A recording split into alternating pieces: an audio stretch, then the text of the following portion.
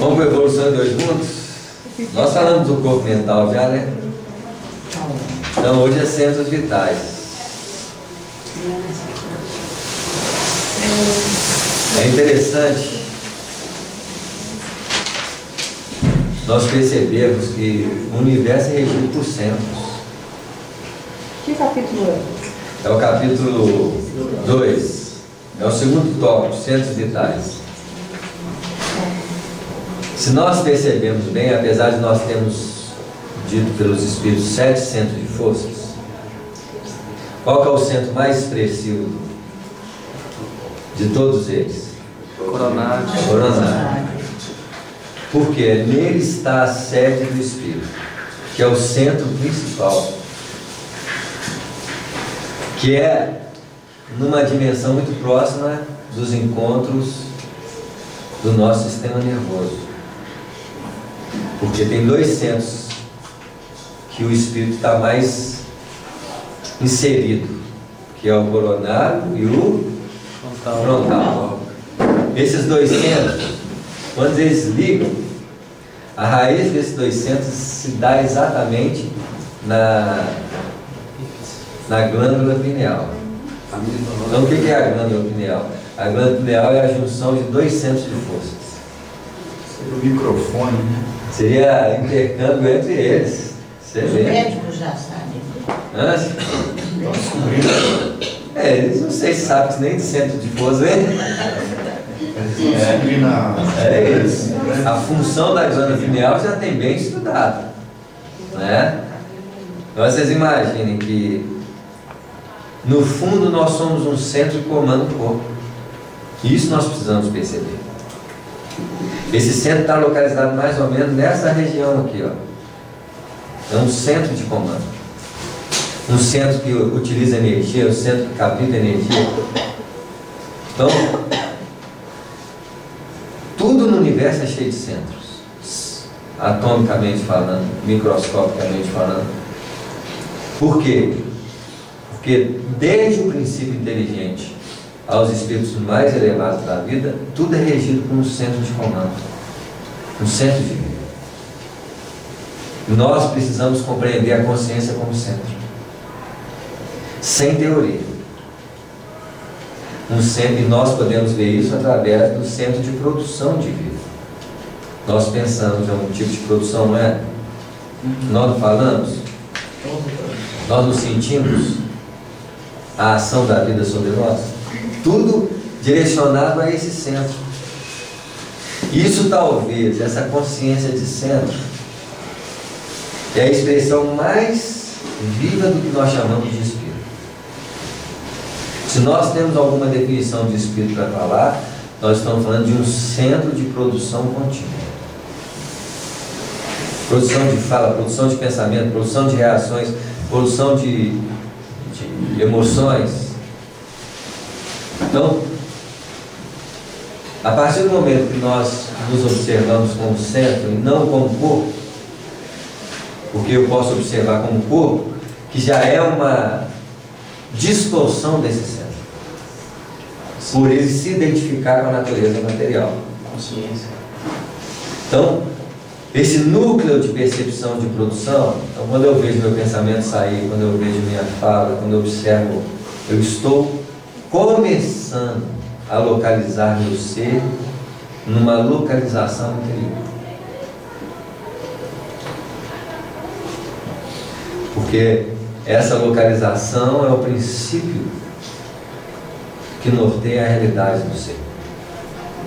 Então, imagina quando alguém fala assim: você está envelhecendo e você continua no mesmo estágio de concentração interior. É como se você não se submetesse ao estímulo que o outro queria que você se submetesse. Porque o nosso sofrimento é tudo ilusão. É assim? Porque se você notar bem, desde que você nasceu, você sempre tem esse núcleo de percepção. A pessoa fala assim: você fez aniversário, você sempre está aqui, você nunca mudou. O que mudou para testar o aniversário? O corpo e os anos do calendário. A maturidade, a gente A nossa maturidade. A gente olha para a gente hoje, a gente compara com a gente há 10 anos atrás, a gente percebe uma evolução. Uma evolução de experiências. Sim. Mas isso aqui agora, se você parar assim, onde está a maturidade para mim dela aqui agora? Quando nós paramos no nosso centro aqui agora. Porque imagine se eu tivesse uma capacidade de acompanhar esse olhar, ele nunca muda. Muda as expressões de experiências, de conceitos, de o que caracteriza essas manifestações conforme o estímulo que apresenta. Você pode dizer assim, eu sou mais maduro na resposta em relação a alguma coisa, mas eu só posso caracterizar isso quando isso é movido como reação. Como reação. Mas se você olhar isso aqui, olha, como que eu atesto aqui agora a idade que eu tenho?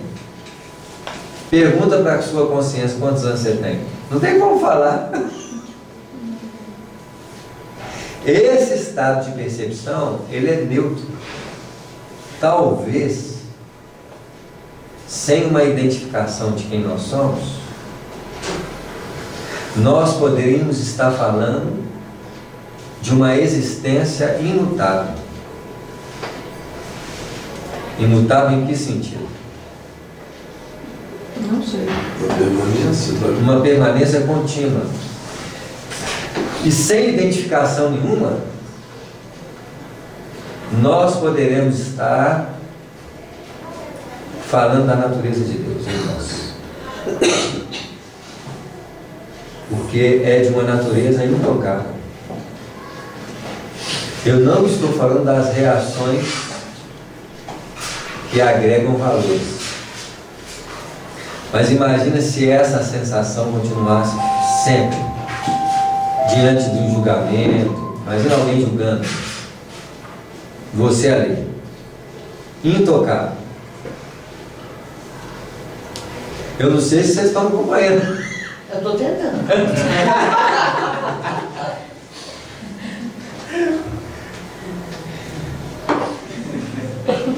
Porque é impressionante quando você observa o nosso olhar. Porque nós continuamos olhando, continuamos. O ato de olhar, ele é neutro. Nesse momento. Estou falando de um olhar, porque eu não estou falando só dos olhos. Apesar do canal. Esse sentido de percepção aqui, ó. Nesse momento, o que você caracteriza que ele é? Como é que é? Esse nosso olhar. Todo mundo está olhando, tá? Olhando para mim. É assim, quando nós olhamos para... Eu estou olhando para vocês. O que eu sou ao olhar? Que definição eu dou para mim? Observador. Só. Não tem nome, não tem forma. Olha a natureza do espírito aí, na sutilidade, da profundidade da coisa. Porque isso não é explicado racionalmente. Isso é uma concepção clara de apenas que você tem uma visão. Nesse estado você não tem idade, nome, forma, você não tem nada. E provavelmente quando você morrer é a mesma coisa. A maior surpresa nossa, quando nós morrer, essa capacidade não muda. Na verdade, se nós não perdêssemos a consciência, mesmo no processo da morte, não alteraria o processo, a não, que eu posso sentir dor. Mas a dor altera essa... Gente, alguma coisa altera essa percepção? Eu estou com dor aqui. Mas o que alterou ela? Nada. E se eu passar pela morte, você vai compreender que ela é imortal. Esse estado é imortal. O único momento que você perde ele de uma forma estranha é quando você começa a dormir. Porque ela volta de outra forma. Porque você continua tendo uma consciência quando você está o quê? Dormindo. Mesmo sonhando. Ela não se perde. Agora, se eu continuasse provavelmente a existir, mesmo no fenômeno da morte, se eu estou morrendo, alguém está acabando de morrer aqui agora, e você mantesse esse estado de consciência e ele não saísse da imperturbação, e você tivesse assim, aí alguém batesse o ombro e fala assim, você desencarnou. Aí você vai começar a entender que a imortalidade está ali. Porque essa imortalidade é diferente do que a imortalidade da alma.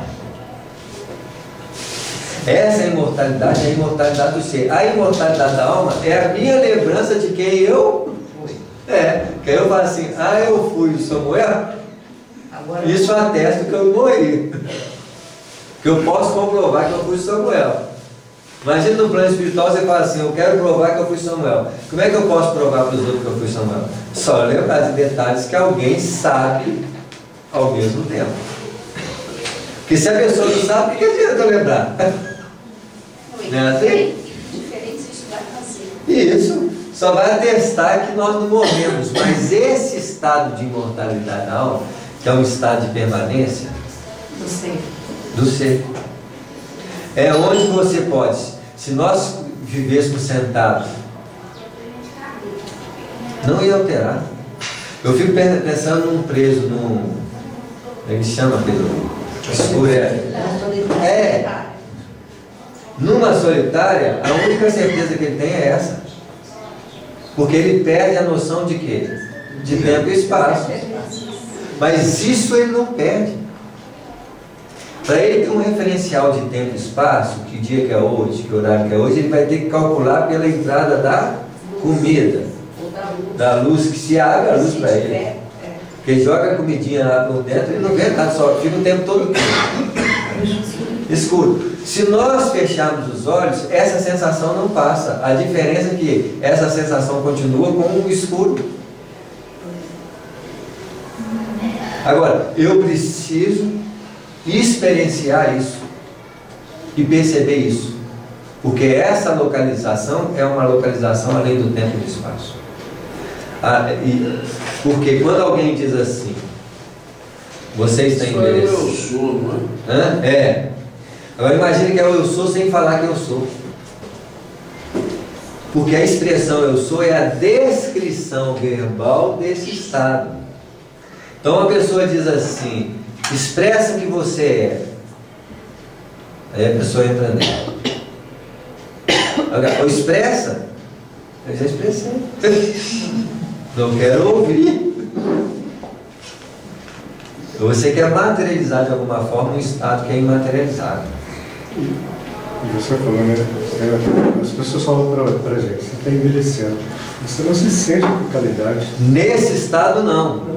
Mas se você olha para o espelho, aí você liga-se ao corpo, identifica com ele e pode gerar o quê? Sofrimento. Esse sofrimento é a ilusão da identificação. Então vamos dizer que o espírito liberto, ele não se identifica com aquilo que o quer prender. Em hipótese alguma. Então, o que seria um espírito puro? O espírito liberto disso tudo. Agora, isso quer dizer que ele é sensível à vida? Não. Pelo contrário. Vai ser sensível à vida. Mas ele não cai no jogo ilusório da sustentação personalística, que acontece o tempo de variadas, porque essas formas vão dar momentaneamente ao espírito uma sensação existencial nos planos onde essas formas se manifestam, corporalmente falando, emocionalmente falando, vaidosamente falando, não é assim? É onde você vê a sutilidade dos problemas que nós confrontamos. Por exemplo, quando você vê, eu que sou expositor, você vê no Facebook um expositor fazendo palestra e notoriamente reconhecido. E vislumbra, ao observar aquilo, o jogo da mente, querendo dizer assim, tá vendo? É vaidoso. Isso é o quê? Julgamento de quê? Inveja. Então, olha onde que você tem que começar a perceber. Aí você nota aquilo e aquilo acontece com você. O importante não é aquilo. O importante é você ver esse traço vindo de julgamento e de inveja, e você olhando para eles e falando assim: eu não vou seguir vocês. Porque o traço personalístico iria desenvolver, e você poderia sair dali, encontrar com alguém. Você viu aquele expositor, ele é muito vaidoso, você notou? Aí já personalizou, já falou, ainda está induzindo o quê? Olha só a lei de causa e efeito surgindo sem que você veja as sementes lançadas dela. As sementes são esses traços iniciais. Quando você falou, já não é semente, é o broto lançado, e aí você já deu o fruto para o outro comer, e o outro falar, e ele comeu do fruto que você plantou. Isso aí vai longe. O seu plantio. Samuel, as pessoas, por exemplo, eu sempre penso nessas pessoas cegas, elas acabam que, de uma forma ou de outra, elas têm quanto a isso um benefício, né? Porque isso que você falou da questão de que nós não somos intocáveis, né? O tempo todo eu fico imaginando, às vezes eu fecho assim, fico escutando os barulhos e pensando como que é a vida de uma pessoa cega, né? Porque ela obrigatoriamente não tem jeito, ela vai ter que encontrar mais a essência dela do que a gente encontra, porque a gente está o tempo todo longe da nossa essência, porque tudo chama a nossa atenção, menos a gente, né? E a gente está preocupado com a nossa aparência. Eu imagino, nossa, como é que eu sai de casa de manhã, né? Eu fico um tempão lá na frente do espelho arrumando, né? E uma pessoa cega, é claro, ela vai se arrumar, mas ela não está preocupada o que o outro está pensando sobre isso. Ela não tem essa noção? Imagino isso, eu não sei como que é exatamente, mas assim, eu fico pensando, antes eu falava, nossa, deve ser triste demais ser sério. Mas eu sempre penso que tem essa questão, às vezes eles conseguem caminhar muito. Agora imagina quando nós atingimos essa consciência, vendo, né? Tem o benefício de ver. Mas são muitos estímulos que acabam tirando a gente do nosso centro, né? Que deveria ser o nosso centro, né? Você vê como é que é as nossas dificuldades. Você falou da sensibilidade de Jesus. O Espírito puro é o único capaz de enxergar a realidade da vida. Isso. Porque ele enxerga dessa forma. Ele não precisa dos olhos, né? A gente precisa não ter os olhos para exercer. Exatamente. Ele tendo todos esses sentidos, ele enxerga a forma real de ser, né? Sem influência de nada. Isso aí. Isso para que a gente possa entender, está muito ligado a essa percepção, porque essa percepção que nós estamos tendo aqui, ó, ela não é julgadora. Eu olho para um objeto, olho para uma pessoa, ela simplesmente vê. Aí o que vai intrometer no julgamento? O fundo que eu tenho que ver. Se eu não ver, já era, eu sou. O tempo todo as características de conhecimento, de experiência, estão moldando o nosso espírito. Não é o nosso espírito que determina a forma de viver. É as características, as experiências que moldam o nosso espírito para caracterizá-lo como ele é. Por isso nós não podemos definir o nosso espírito simplesmente. Eu posso definir o meu espírito a cada momento. E posso generalizar a ordem que eu estou conforme a repetição desses momentos. Se há uma predominância de perturbações na minha vida, eu posso claramente dizer assim: eu sou um espírito que é inferior. Isso. Que é a nossa característica. Hoje, com mais tranquilidade, há uma permanência de estados intercortados de neutralidade, de tranquilidade e de perturbação. São estados, e conforme o local, pessoas e circunstâncias, isso pode ser mais instigado. É o que o Eckhart Tolle fala, chama de presença. Isso. Quando você tem domínio daquele momento e não vai nem para lá e nem para cá. Porque eu preciso ter essa consciência. E quanto mais você vai exercitando isso, é como uma pedra que jogada na água vai formando círculos concêntricos, né? Ele vai te ampliando essa percepção e aí você começa a entrar no voo do passarinho, você ouve folha caindo, né? Você tem a intensidade da presença. Para que isso possa acontecer, o barulho, os estímulos passam a não ter tanta importância como o barulho interior. Porque se você não tem barulho interior, aí você escuta tudo. Imagina a sensibilidade de Jesus. Você vê. Mas nós temos que falar um pouquinho de centros vitais, né? Se não der para hoje, dá para saber. Só o mês que vem. Mês que vem. Estudando no plano em que nos encontramos, então veja bem, o estudo que o André Luiz traz é um estudo do plano espiritual para a Terra, que é diferente do estudo da Terra para o plano espiritual. Olha a diferença. Porque até então Allan Kardec estudou o fenômeno da Terra para o plano espiritual. Sobre a informação do plano espiritual da Terra algumas vezes, mas de forma muito o quê? Filosófica. Por que filosófica? Então, o espírito não morre. Onde que ele fica? Na erraticidade. Olha a palavra erraticidade. O que significa? Mas o que é erraticidade? É o plano espiritual, onde os espíritos erram. Erram de errar? Devagar, né? Não vagam. Isso. Tá claro? Errantes é isso. Né? E não deixa de ser inferior. Porque errantes são espírito inferior, não sabe onde vai nem para onde vem, né? Assim fica aquela. Ainda precisa de encarnar. Cachorro caiu do caminho de mudança. Tá claro? Então, aí o nosso lar não. Mostra o plano espiritual. É o Big Brother da realidade vivida lá. Que apesar de ser uma informação, nos clareia melhor o que é a palavra erraticidade.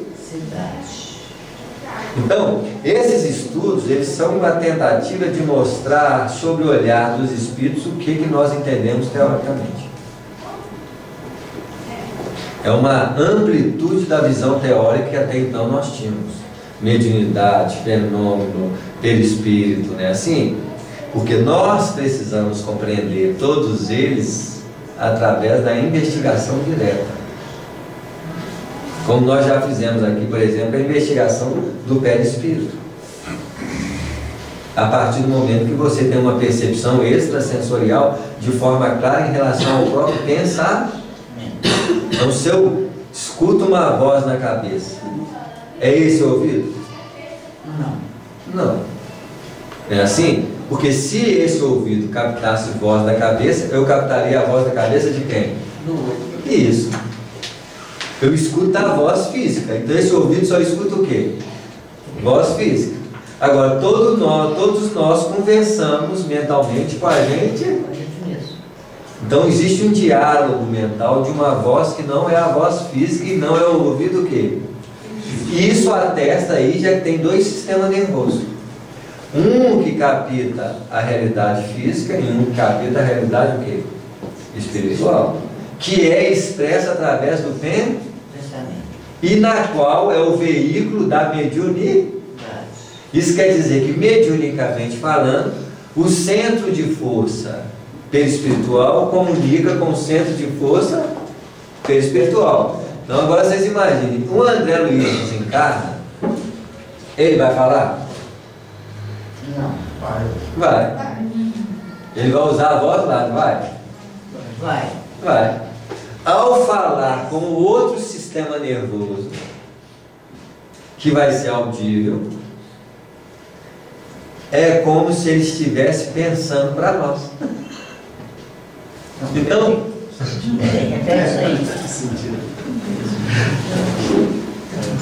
é tão sutil, mas é claro, porque o meu pensamento falado é como se eu estivesse falando com o perispírito lá e eles escutam como se fosse uma fala. Então, se os espíritos estiverem do nosso lado e nós pensarmos, ele escuta. A partir daí você atrai exatamente o que você pensa. Os espíritos que pensam como a gente. Que lá eles não pensam. O nosso pensamento lá é manifestação sonora. Onde os espíritos escutam o que nós pensamos. Então, se eles pensam, nós só podemos escutar eles através disso. Quando estamos pensando, eles falam. Isso. E eles falam lá, vem para mim em forma de pensamento. O que eu falo aqui, o que eu penso aqui é uma fala lá. Isso. Agora, o que ele pensa, o espírito pensa no plano espiritual, nós não escutamos. Não. E aí, é invisível para nós. É invisível. Nós só captamos os espíritos através dos sentidos físicos dele. Ou através da materialização do pensamento dele em nós, porque não é um sistema nervoso igual, e não é por ondas.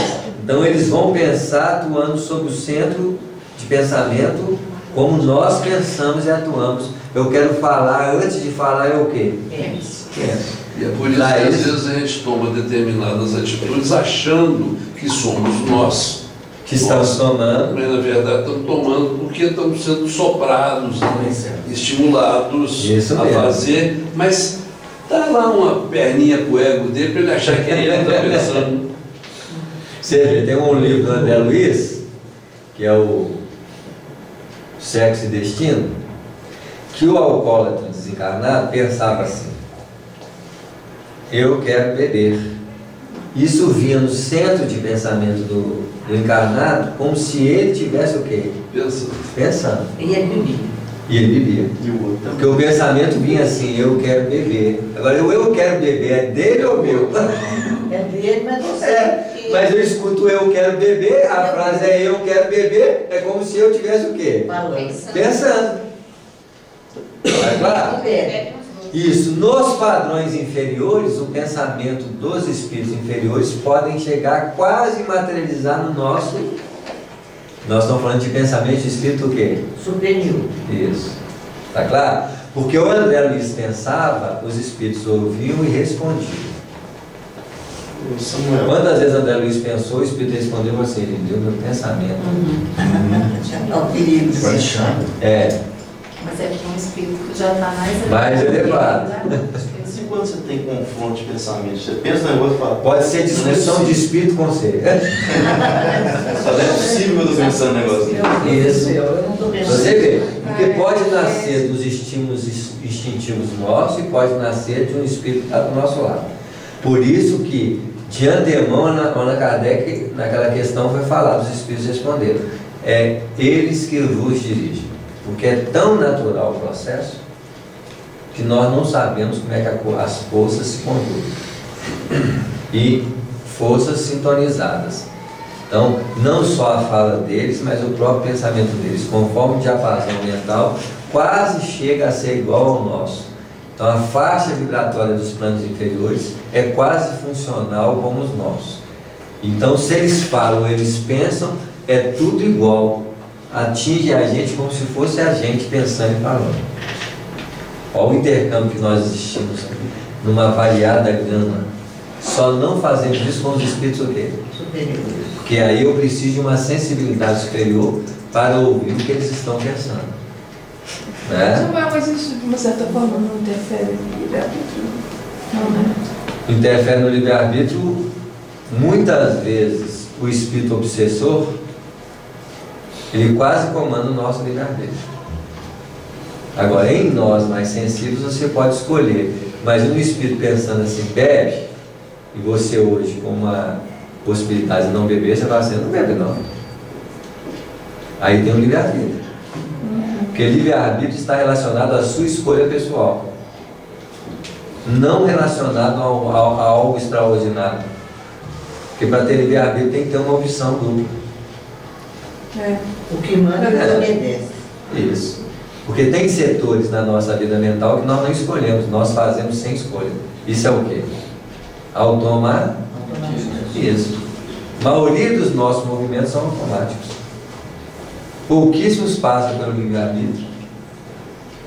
porque aí requer uma zona mais nobre da razão, e muito difícil a ação espiritual pura, mas tem. Distinguir entre elas é o nosso desafio, né? Acho que o nosso livre-arbítrio é tão livre assim não. Tão livre, fazer muita besteira. É só o nome que é livre. Até porque, veja bem, o que nós chamamos de livre-arbítrio, né? Eu olho, eu acabei de jantar, satisfeitíssimo. Acabei de comer, estou satisfeito. Aí alguém faz um pudim. Você passa na sua frente, assim que você fala assim, não cabe mais nada. Mas tem o lado doce. Isso. Então, é dividido. Vamos Tem falar. o lado salgado e o lado Vamos lá que nós até comemos o doce. Aí é pula. É assim? Isso. Mas veja bem, você fala assim, não vou comer. Vou comer amanhã. Ótimo. Amanhã não tem mais, tem esse perigo. Então, Mas vamos lá que não tem esse perigo. Tá Mas aí você viu, olha só, você viu, sentiu o cheiro, estímulos vieram. Que vontade. Isso. Então você resistiu e falou assim, não vou. No meio da noite você acorda. Induzido pela lembrança dos sentidos. E você levanta praticamente automaticamente, vai lá, pega o pedaço, come pudim. Qual foi o seu livre-arbítrio? Não teve livre-arbítrio, você foi escravo do sentido, escravo da memória. Então você fala assim, eu tive livre-arbítrio de escolher. Não, você foi escravizado por forças que comandam o seu ser. O livre-arbítrio é quando você vê todas essas forças atuando sobre você e você não vira para o lado e continua dormindo. Isso, vou dormir. A razão imperou. Pode ser a razão ou a consciência. Ali pode ter estágios diferentes de escolha de ação, onde nós começamos a ensaiar o princípio da predominância do Espírito sobre a matéria, para que um dia todas essas forças cheguem sobre nós e você nem sequer é ameaçado por elas mais. Elas vêm e passam, elas vêm e passam. Onde Jesus disse, expulsai os demônios. Aí chega a liberdade. Porque aí a sua liberdade não está relacionada mais ao predomínio das forças. A sua liberdade está relacionada à sua capacidade de não atendê-las. E é cada vez mais elas vêm, menos força tem sobre você. Né? 10 minutos pelo menos, né? Mas eu li a primeira parágrafo, a primeira frase, né? Estudando o plano em que nos encontramos, na posição de criaturas desencarnadas. Que a criatura é filha de quem? Do Criador. Então a palavra criatura está falando de uma ausência de personificação. Está claro? Criaturas desencarnadas. Ele podia falar assim, do André Luiz, do Espírito, ele desfez, né? Mas mostrou que está estudando. O corpo espiritual, ou psicossoma. Então o que é psicossoma em outras palavras na Terra? Qual é o nome que eu tenho de psicossoma na Terra? Perispírito, na doutrina espírita. E fora da doutrina espírita? Alma. Mente, alma. Então veja bem, são nomes que se dá a essa estrutura e que é capaz do psicólogo, por exemplo, ligar com o religioso e falar assim, você não tem alma não, você tem mente. São brigas de ego, que é tudo a mesma coisa. Alma, mente, psiquise, psicossoma, Psique. O problema nosso é que tem muitas palavras para representar. Isso aí vira a vaidade da verdade. O cara fala assim, a minha é melhor do que a sua. É tão abstrato que aí... Não é assim? É igualzinho Deus, Jeová, lá, Maomé, Maomé é o profeta, né? Jeová, lá, sei lá, qual é o nome de Deus? Qual que é o melhor? Tem o MOB também, o modelo organizacional. Para você ver. Tudo isso é nome da mesma coisa, mas eu não estou olhando a coisa, eu estou olhando a defesa do meu conceito melhor do que o seu. Isso gera o quê? Separação e briga. Eu não estou importando com o conteúdo e a essência, eu estou importando com a palavra que eu represento. Espírita, espiritismo, catolicismo, tudo isso, ismo, não é assim? Então hoje nós temos que colocar em xeque até o nome que nós defendemos. Espiritista, né? Espiritista. É assim? Quantos espíritos, o Diogo de volta falando, né? Os espíritos espíritas. Eu falei assim, não, aí é demais para mim. Os espíritos vão ser espíritas? Jesus era espírita? Não dá para. Aqui, é lógico que a gente respeita demais. Quem sou eu para falar alguma coisa de volta? Mas eu escuto essas características e começo a notar a nossa pequenez de tentar materializar as coisas ainda por apego à personalização. Porque é característica nossa. Eu posso não estar me apegando ao padrão de espírito espírita, mas tem outras da mesma natureza que eu não vejo e que defendo, que é o mesmo problema, que eu não sei qual que é agora, não é assim? Na qual nós defendemos uma posição que é uma distorção da realidade. Quanto mais o espírito evolui, mais vai chegando nessas condições de criatura, ser, essência. Por que eu vou me apegar a algo que é valorizável? É assim? É assim o veículo físico. Olha só a expressão da André Luiz. É assim o veículo físico relativamente definido pela ciência humana, com os centros vitais que essa mesma ciência, por enquanto, não pode perquirir e reconhecer. Então, no plano espiritual, o perispírito é corpo físico. Então, no plano espiritual, em relação a outros planos, é corpo físico e tem plano perispírito que é corpo espiritual para eles, mostrando a relatividade das coisas.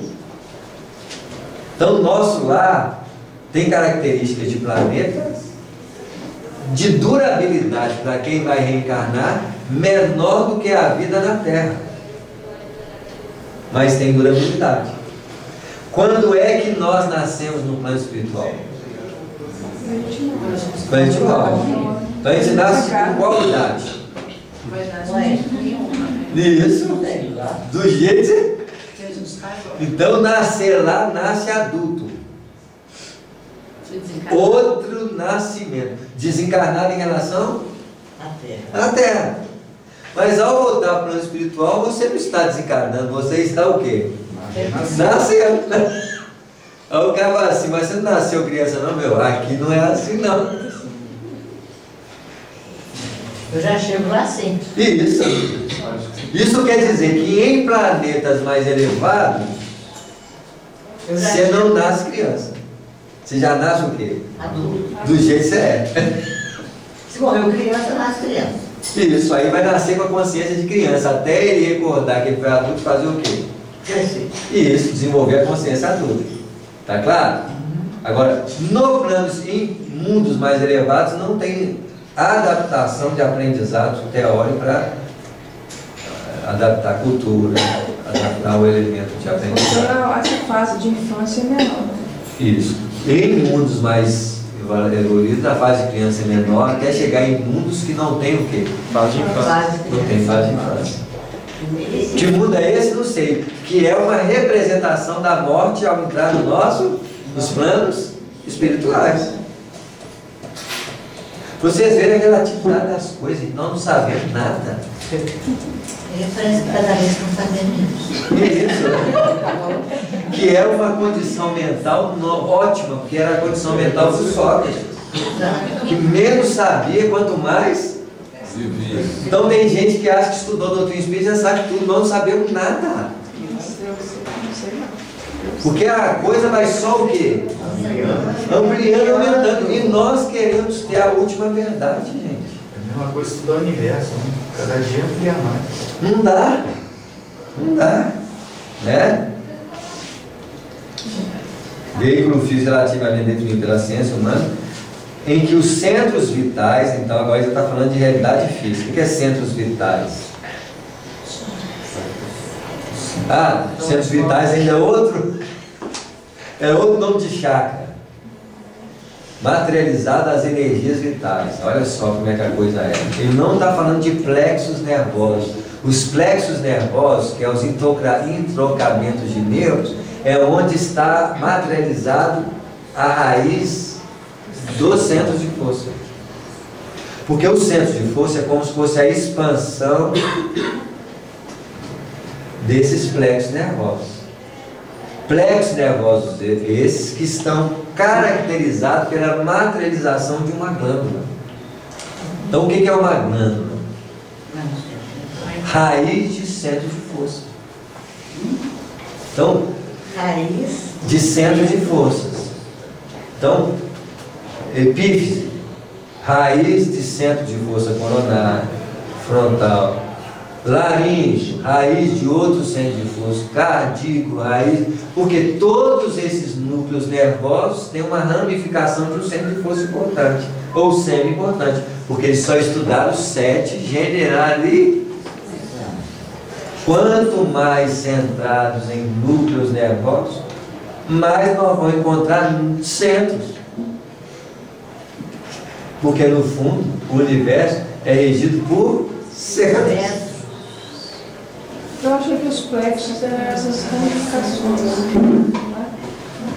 Os plexos são as ramificações materiais, que é uma raiz nervosa, que imita as raízes das árvores, que é o ensaio de formação dos neurônios em planos rudimentares.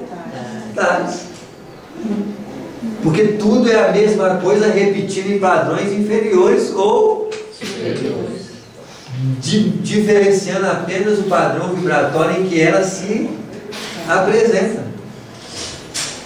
Que é a mesma coisa. Uma árvore é um neurônio primitivo. Dizendo de espírito, viu? Tá claro?